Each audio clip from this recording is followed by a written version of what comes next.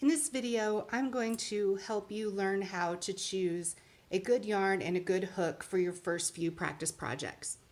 First, let's talk about hooks. There are two main hook types. One is made, this top one, by Susan Bates brand, and the bottom is made by Boy brand. And you can see obviously the thumb rest is in a different place, but the main difference is up here in the shape of the hook.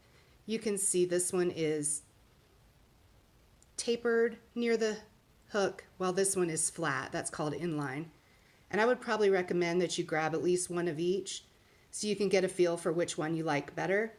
And then later, if you maybe want to upgrade to something maybe like this with a nice comfy grip, then you would know what style of hook up here that you like the best before you invest in a more expensive hook. So now let's talk about good yarn choices.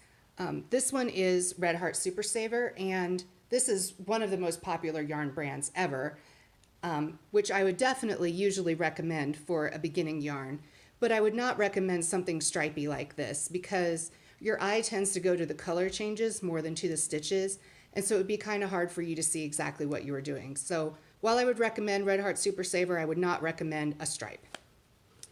I also would not recommend a dark color. This is another one by Red Heart that's black. And I've got the overhead lights and two lamps and a little bit of natural daylight coming in, and it's still kind of hard to see the stitch definition that I've started on here. So unless you have perfect lighting conditions, black is kind of hard to work with. So I wouldn't recommend black or navy blue or anything for a first couple projects. I also would not recommend a novelty yarn. Here's another one by Red Heart, call me Red Heart. This one's made for making dish scrubbies and it's got little nubbins on it. That's going to make it pretty hard to see your stitches, so I probably wouldn't recommend that. This is another novelty yarn by Plymouth Yarn, and it's got these big open loops that are supposed to create a lacy ruffle effect. Obviously wouldn't choose that for a first couple projects. So what are some yarns that I would choose? I would recommend something like this one from Bernat Yarns. It's a light enough color you can see well, and it's a solid non-novelty yarn.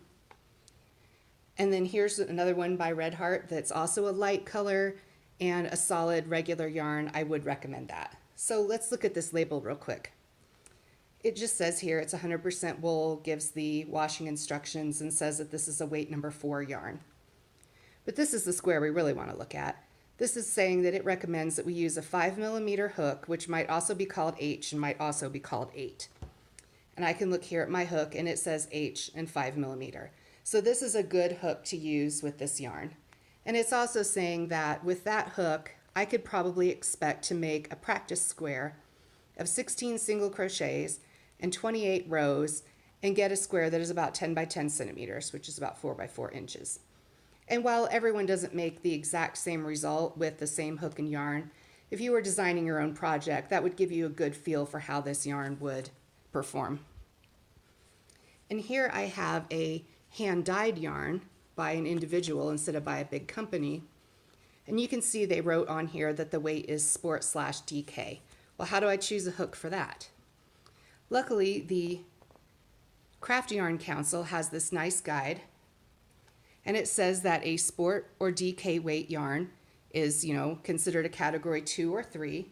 And if we go down here to recommended hook, we're going to end up with a range from about 3.5 millimeters to 5.5 millimeters. And while that's quite a range, that still is somewhere to start from. And then speaking of using ranges, I just wanted to show you that I chose this Bernat yarn, which is a category 6, and it says that I should be using an 8mm hook. Well, I ran down to Joann's, and they had a 7 and they had a 9. Does that mean that I can't use this yarn? Absolutely not. I don't have to use the hook size that's been recommended. That's just their best guess for how I will get my best results. And of course, you use for your project what gives you the best results or what your pattern calls for. Use what makes you happy. These are just some guidelines. And I hope that that helps you to make an informed decision about the best yarn and the best hook to buy for your first projects.